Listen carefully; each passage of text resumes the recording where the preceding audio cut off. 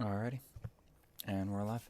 So, hello, welcome to what is this? Episode 5 of P2 Esports League of Legends series. So, playoffs are here. We finally got through the long tiebreakers this Monday, and 100 Thieves show up surprising. Immortals die, as they probably should have, and TSM falls from their lofty position, and now they have the biggest run to make out of anyone outside of like Golden Guardians, but Golden Guardians really overperformed. So, so for today, we're gonna have a few things to run through. We're just gonna do our usual sort of summation roundup for LEC and LCS, just to sort of remind ourselves of how that went. And then I'm just at least gonna throw down, at least for this episode, my quick predictions for the games that are already scheduled for the first rounds of playoffs. Uh, we will be diving in a little bit later more into that. So once we get through those, um, we'll go ahead and jump into like the various topics of discussion. We've got about four. Some of them are really just mentions. Um, so we'll get through those. And then the last thing will actually be, if I just make that note, brackets. So we'll be going over at least we'll be revisiting the LCS and LEC brackets, because I didn't have them off the top of my head of how it was even going to work. I know we're finally implementing these loser brackets for these comeback, mechanics in our tournaments, uh, but they can get a little confusing. So I figure I'd revisit it both for myself in prep, but also maybe someone out there is going to appreciate this, and it's going to help make watching LEC or LCS far more enjoyable because it'll be understandable. So to start, we'll go on into the LEC Week 9 outcomes. Friday opened up with Rogue getting trounced by SK, which I found I have a bigger elaboration on this, but by my estimation, Rogue choke. They get very rookie-like in their play because they just don't seem to sync and gel together. And SK, although they might be like immortals of the LAC in terms of no very significant firepower in any of their players, they still come through and pull out a win against Rogue, who was contending for that number 4 spot earlier on in the season. Misfits beat Vitality, which is a pretty easy thing here. G2 versus Shulk was one of our fun matches for this week, where I believe that's the one where both sides had ridiculous picks. Like there was a Teemo. I think that was the one. No, it was not that one. That one was probably a Closey or something like that. Yeah, that was one hype because G2 had not beaten Shulk in like over 200 days. But that was a pretty easy win for them. OG beat XL. Fnatic beats Mad Lions, kind of securing their number 2 spot there. Then we have Shulk versus Rogue, and I actually predicted this upset, and I think it's more of a sign of Rogue like falling apart here at the end, and maybe over expecting themselves. But Shulk, I think, are also making a statement for going into the summer. That's what I think is really happening here for Shulk as well as for SK, and I think it's gonna make summer really fun. Yeah, and SK then beat XL, so the standings I don't think may not be reflecting properly. Mad Lions beat OG, which was a really big win for at least defining how the power rankings are going to go into the playoffs. Fnatic versus Vitality, which is just another upset all around, which was amazing. It was actually just a fun game. Like Fnatic just go crazy. Vitality beats them, but it's of no consequence. G2, where Wonder finally pulls out a 4th support and Bard, which I think made everyone happy, and they still get the win against Misfits, which I think I remember that being a little disappointing, that G2 are still throwing crazy picks around, but Misfits, I don't know, I can't remember how that game went. Maybe Misfits was trouncing around too. But yeah, so that was good fun. And then we go into LCS Week 9 outcomes, where 100 Thieves beat TSM again, but that's off of like a back of a pentakill, and they're giving themselves, like TSM is giving themselves late game insurance with Bjergsen on his ear, and he's putting out the damage, but it's going to make their playoff matchup in the next this weekend very interesting because it's gonna be Broken Blade versus Someday, which could be neutralized out, or maybe it swings left and right depending on the matchup or who gets the earlier gank. But mid lane, like you could think that Ryoma could get dumpstered again by Bjergsen, but Bjergsen hasn't really been that. Like he bodied the hell out of Ryoma earlier in the split, but that hasn't been how TSM's been playing. So how? So that's more on that later. C9 versus EG. C9 win it, but this was actually a really sort of bad game plan by EG. I think they're trying to check variations, and maybe they're just going to see how their best alternative strategy works against the best, which is probably a decent call. Because the game is actually pretty. It's evened out mostly because EG just don't let C9 snowball as hard, but C9 gets to control the whole map. Because EG doesn't have any significant winning lanes outside of Jizuke going mad, because Bang's going to play a conservative role play, get to late game, and do his job carrying. Kumo's job is just to not throw, and Svenskeren has usually been facilitating Jizuke. So when they go and put Jizuke on a Kale, he has to wait for level 16 to roll around, and I don't think C9 whatever was ever going to let that happen. But it's curious to see if that will be a legitimate strategy for them going into their playoff matches. The next one was FlyQuest against TL. Let me go ahead and rotate. There we go. So, need to incorporate a little better habits there. So, we're on FlyQuest versus TL, where I did predict for FlyQuest to win this, but I had a squiggle because maybe TL was going to get it together. Eek. Impact got dumpstered sort of early with an early gank, and then he is just useless on the Renekton for the rest of the match against Solo's Aatrox, and this is probably one of the better showings for Solo. He's a new addition into the team, and I kind of wish there was another break before playoffs, but I think that got eaten by the delay we had when LCS and LEC got canceled.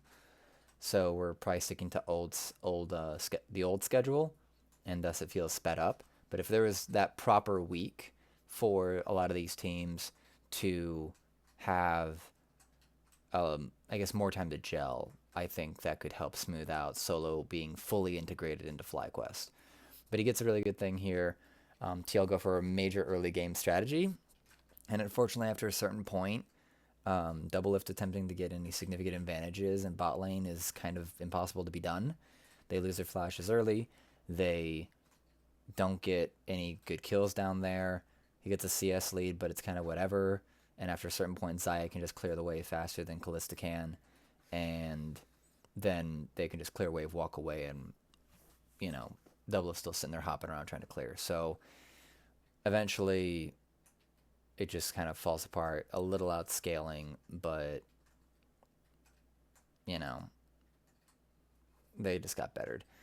Golden Guardians beat CLG. Dig actually beat Immortals, which begins the downfall of Immortals. And sort of the brightest point in Dig's split since the beginning, but it doesn't really go anywhere. Sunday, Golden Guardians actually upset and beat FlyQuest. Dig beats TSM, and again, the orange shows its head. And while Ornn doesn't have a 100% win rate for most people, it's still pretty disappointing that that's an issue. So, yeah. I think the big play that actually turned this whole match, because like the outscaling is one thing, but they had the Azir, which could have really like helped, facilitate at least a fair fight. Is they have the dragon fight, and Dardoch exits bot, and he eventually gets tailored and chased into the base and does a really good job for delaying. But in that time, all that really happens is that Kabe and Bio stay mid. Bjergsen shoves bot and eventually gets caught out, and another sacrifice has to be done. Like Dardoch has to die again, I believe, to save him. Meanwhile, while Dardoch is in the death chamber, actually, like prior to like Bjergsen getting chased out of bot lane and doesn't even get the tower, TSM just doesn't do anything. Like they push bot, but there's about a 30 seconds on Dardoch's death timer, and no one's really around Baron yet, and there's no vision yet. Uh, and this is also where, so like it's one of those, I wish they would have contended more for the space around Baron instead of trying to just trade Baron for a bot tower, because then there's an overcommitment on Bjergsen's part, and then Dardoch has to like bail him out or something like that, and then it just snowballs even harder, as opposed to them all trying to move towards Baron to at least try to contest or maybe push Dig off and do like a better delay. So I think it's sort of a miscall, misread.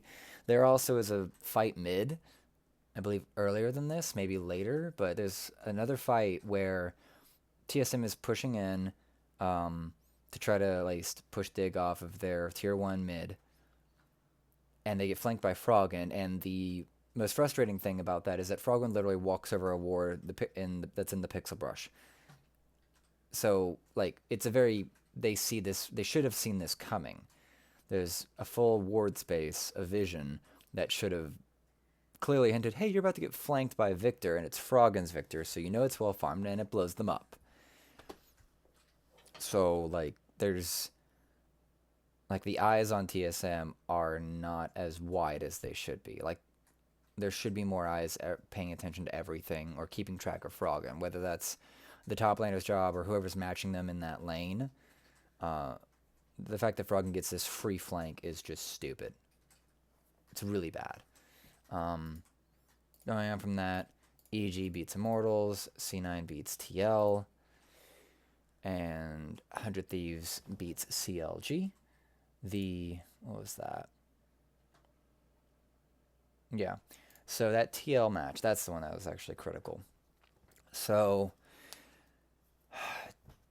this is the Team Liquid that we were all looking for, I think, and I don't think we're giving enough credit to this one showing. Like, it's a small sample size, but TL and C9 were pretty much evenly matched, and C9 just have the goal for Vulcan and Sven to just backdoor it and win.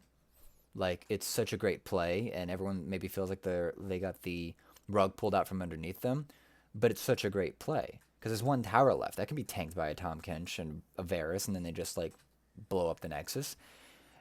And even though the Ashe didn't seem like it was going to work, and I thought, because they were funneling hard, like, check it, Blabber had like top 2, top 3 most CS in the game throughout the game. Like, they are shoving gold into this Olaf, and it's like, you're going to go chase that Ashe down with your R, and you're going to blow him up. But Doublelift just shredded him.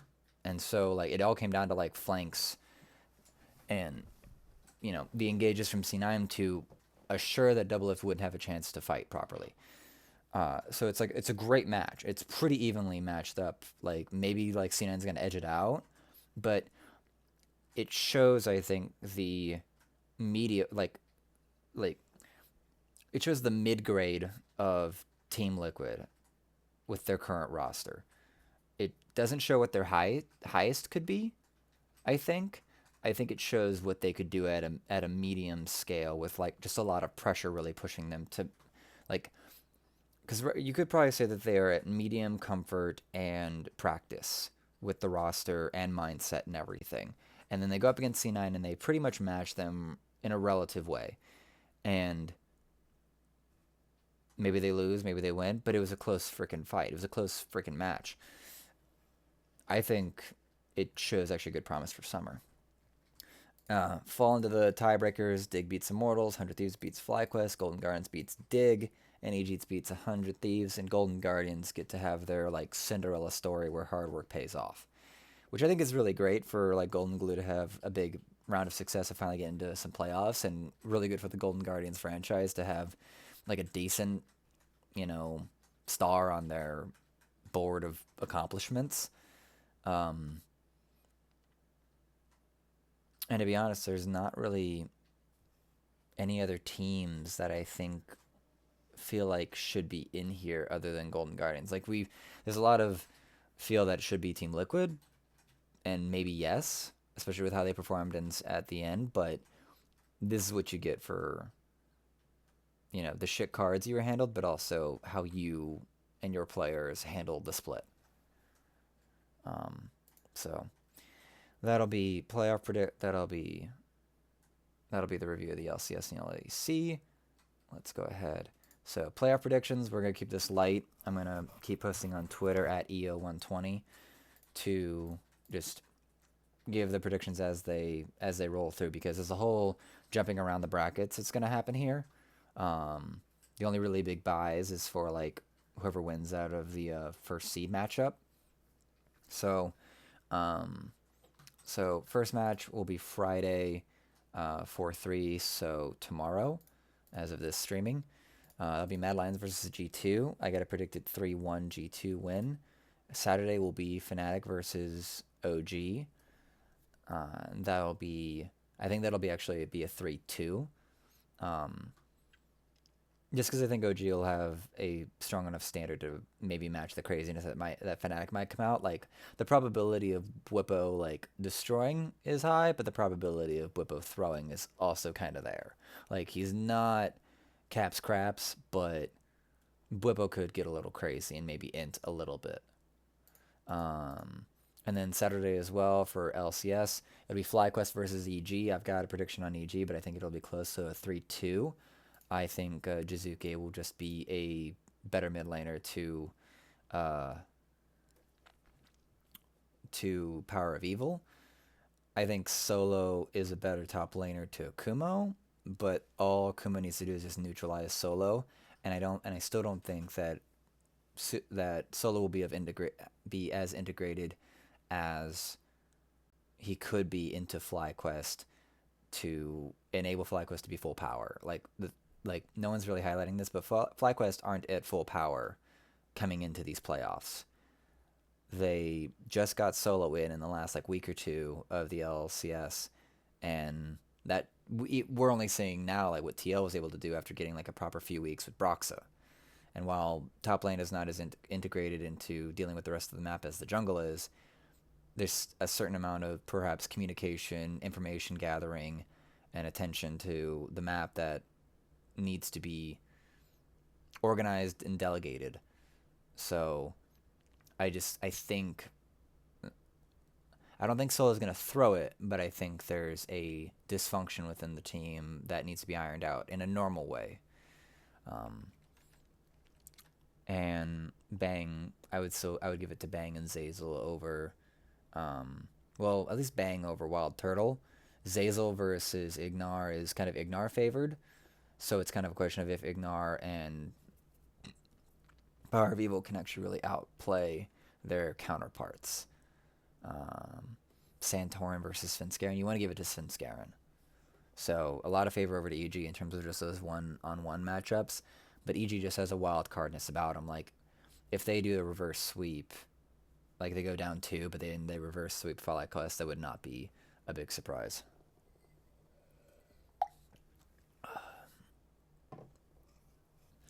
And then we'll go into 100 Thieves versus C9. I kind of want to give C9 a 3-1 on this. 100 Thieves making it competitive, I think, is a big ask.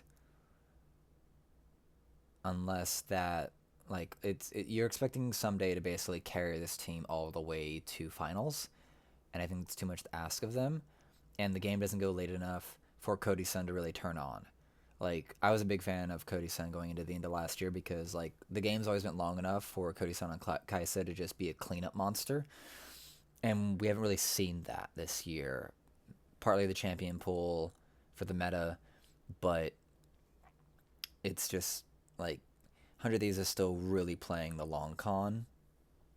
And I don't see them at least winning this against C9. I don't think C9's here to mess around. Like, Now it's playoff time. Sven is like hounding on everyone. Like, no, we're here to win this. This is it. Like, there's no fucking around. I expect C9 to treat every match as we're coming into murder. There's no more. There should be no more hints of like even light sandbagging, like C9 sort of feels like they've been doing in the last like 2 weeks. So again, any other predictions for these playoffs as they sort of happen, I'll just be posting them on Twitter. So follow me at EO120. What if I can add that real quick? Yeah, I should add that real quick.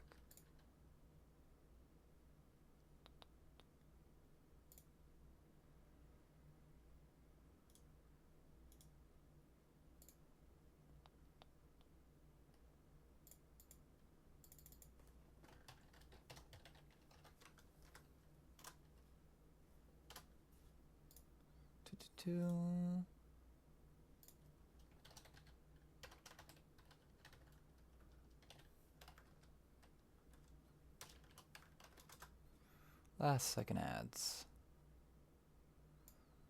And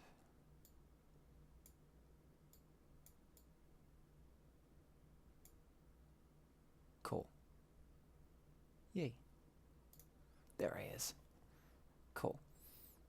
So that'll be it for playoff predictions. So let's dive into at least first topic. So first topic for that seems off.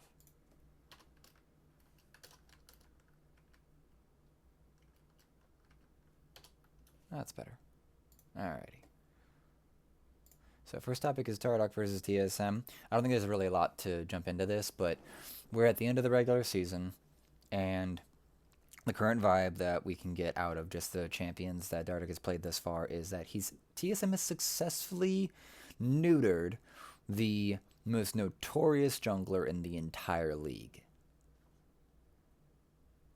And I'm really curious if Dardoch got what he thought he'd get playing in TSM.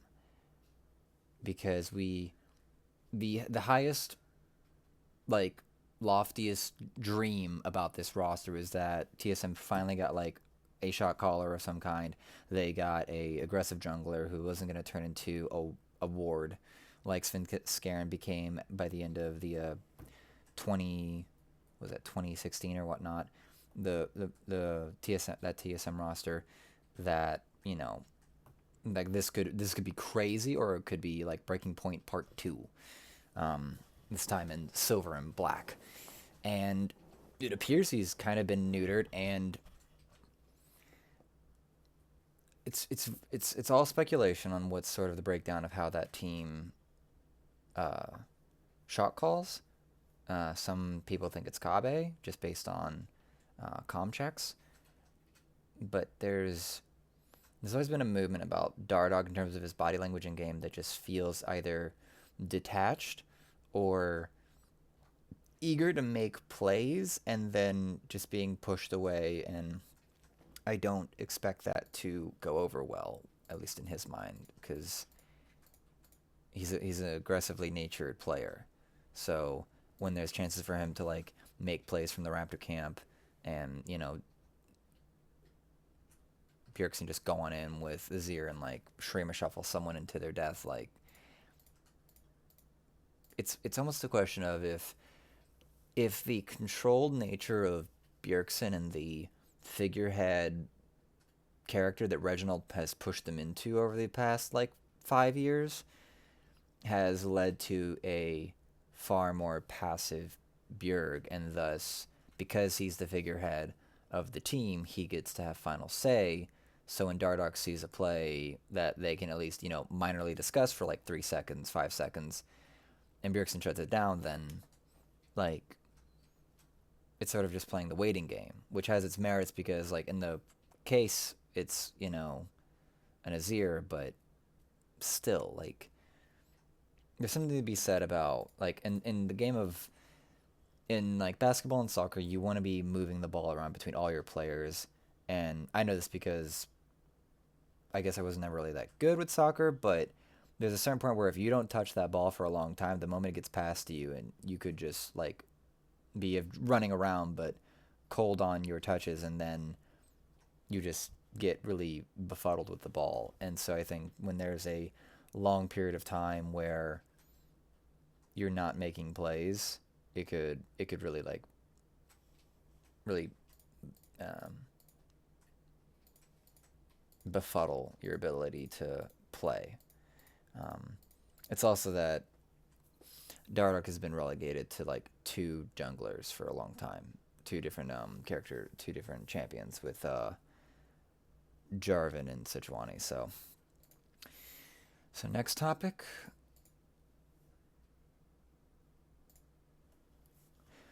So based on that final match, based on all the craziness that happened in Team Liquid this split, and based on how much effort appears to have been put in by the players, by Doublelift, and like the state of the roster, and also the state of even the coaching staff, I don't think anything should change. There's something to be said that this team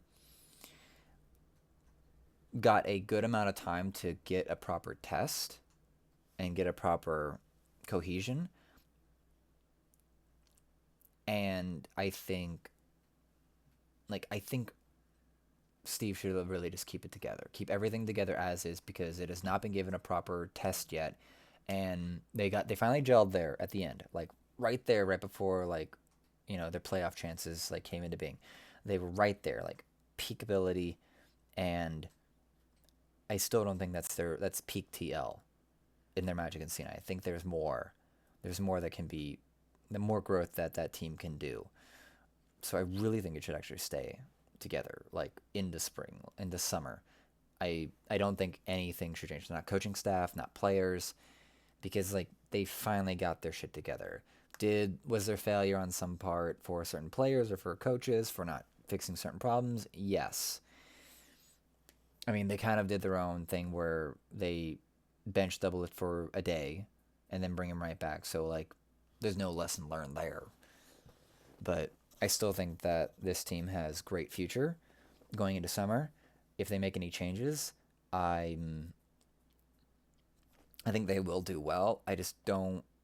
There's nothing about this that makes me think that making any changes will fix it, and I don't want to have them change coaches and then the coaching environment that 90% of the org and the team has been used to for the past few years now flips, and now things get now there's another change to adjust to when they've got it together. Most teams going into next split have their shit together. There's no spring split doesn't matter. It's actually really dumb because the best showings of a lot of teams has been in this last week. It's really crap that it's taken them 9 weeks to get their shit together, but spring split is kind of there to get your shit together. And if you have a new jungler, you should be treating it as such. And they finally got a really good showing. So I think it should stay together. Next up, alrighty. So this is looking way into the future. Past playoffs, we're going into LEC summer. I don't think the LCS is gonna have anything special about it. Maybe we actually do get a proper top 3, or we have a lot of better step ups, with maybe 100 Thieves and EG. That top half becomes really contentious. Maybe C9 stays really high up, but the level of play is kind of going up, and I think EG and C9 are currently the markers to demand more out of the rest of the LCS. And I attribute that with at least Jizuke willing to play non-Korean, and that he's willing to trade and roam hard, much like Niski does there. But what I'm really hyped for, and it has to do with these last few weeks, where there's been upsets from Schalke, from SK. I think there's only gonna be one bad team in LEC in the summer split. It's gonna be probably Vitality, maybe. But the fact that there have been so many hard upsets in the last week lets me know that SK and Schalke are in contention with Rogue, Misfits, XL, Mad Lions. They're in contention for that area, for the middle table. and like they're showing this now, like at the end of spring split. So like summer split's gonna come in, and like I think OG might actually be sweating. Like Fnatic and G2, they'll probably be okay, but anyone below them is gonna have a really is gonna be challenged.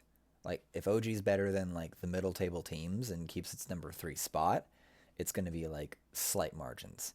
So like I'm really excited for LEC going to the summer split because the level of competition is clearly higher than even it's already been. So like that's huge hype. And if Vitality get it together, then the entire league is competitive, and it's just gonna be a war like across the whole league, and like EU is better than NA. It's too much against it. All right, so next one, final one. It's a light touch on it. MVP for the split, I want to give it to Blabber. Uh, kind of a rookie coming on in, kicking ass, taking names. Facilitated by Niski, Blabber facilitating Niski. I don't really have a lot of concern to really dive into this hard, but MVP of the split can give it to Blabber.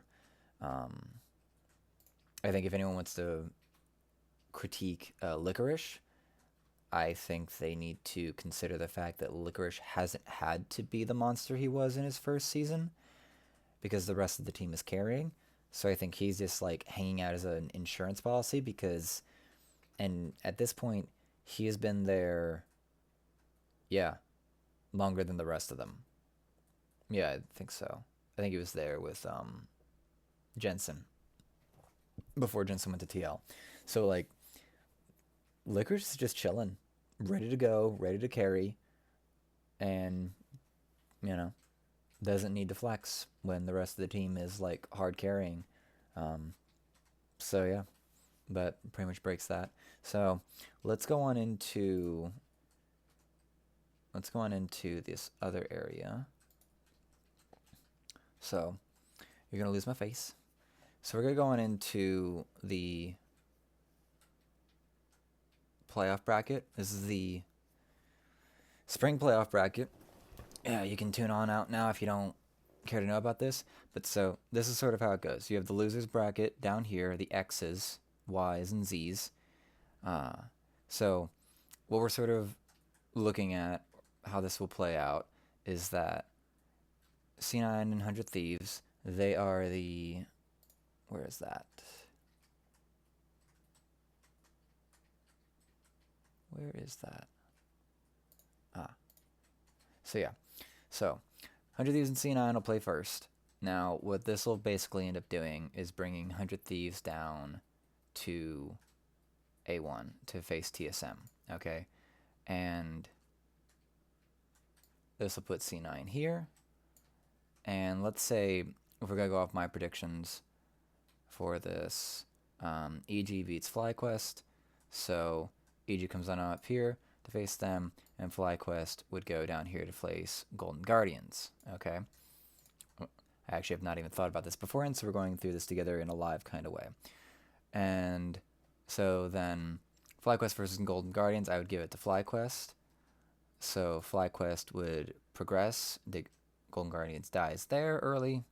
100 Thieves are sent to assassinate TSM, but TSM somehow pull it out and break this, not even a curse yet, but break it out. So they go off against FlyQuest. Solo is not integrated well enough with FlyQuest, so TSM wins. So TSM go there, and EG can't trounce, so C9 gets to win and carry on over to the finals. This is effectively the finals.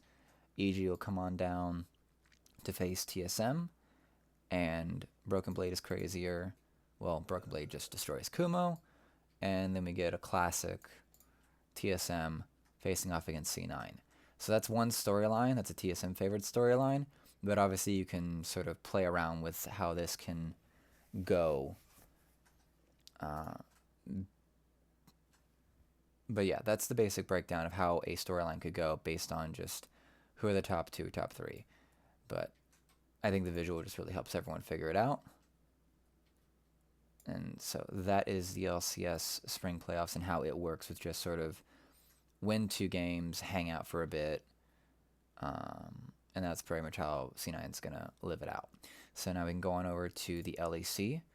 So this graphic, I think, is poorly designed. Like, it doesn't give enough direction. It's sort of the G2 Mad Lions, G2... Oh.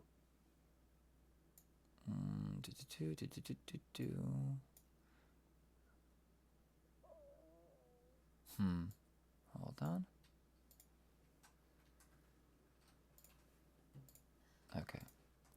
So G2 wins, and then Mad Lions come down here.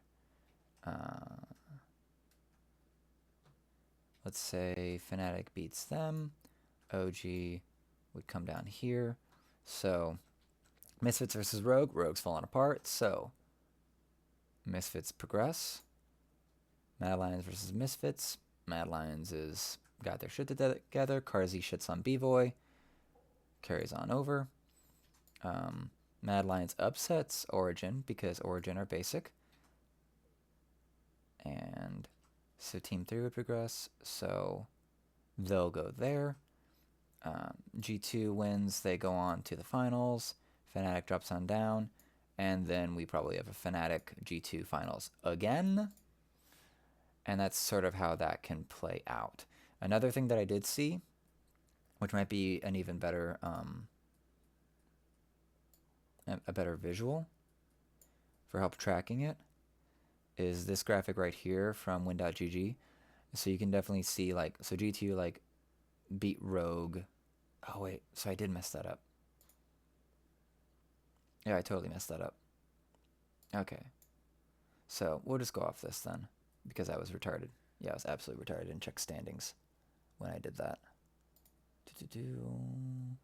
Yeah, I did not check standings when I made that up. So let me try that again because I'm retarded and I'd like to fix that. So number 2, yeah, that makes more sense. Number 6 is Rogue. Misfits are number 5. Number 3 is Origin.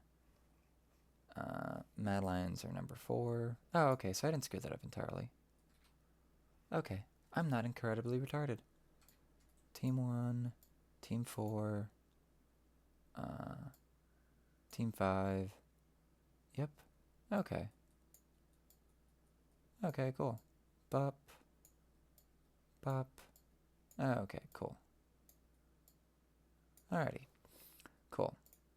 But this is the other version you can take a look at for just the progression. This is obviously made before we knew Vitality was a dumpster team, and Misfits, like, upset the entire establishment. But this is sort of also giving just a timeline as well. And it's a little better color-coded than this graphic, just to, like, make things pop more. So you know what's being sort of grouped together.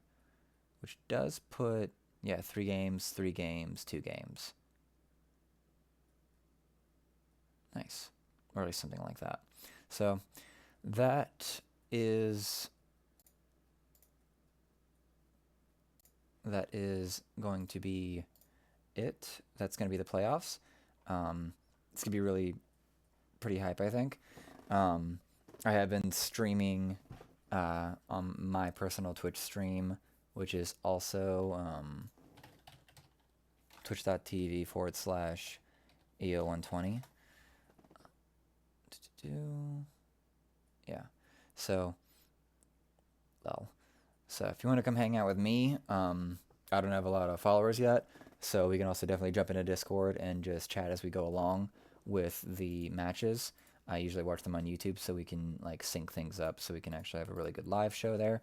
But otherwise, it's been great. Another week. Playoffs are here, and it's all gonna go crazy. So, till next time, bye.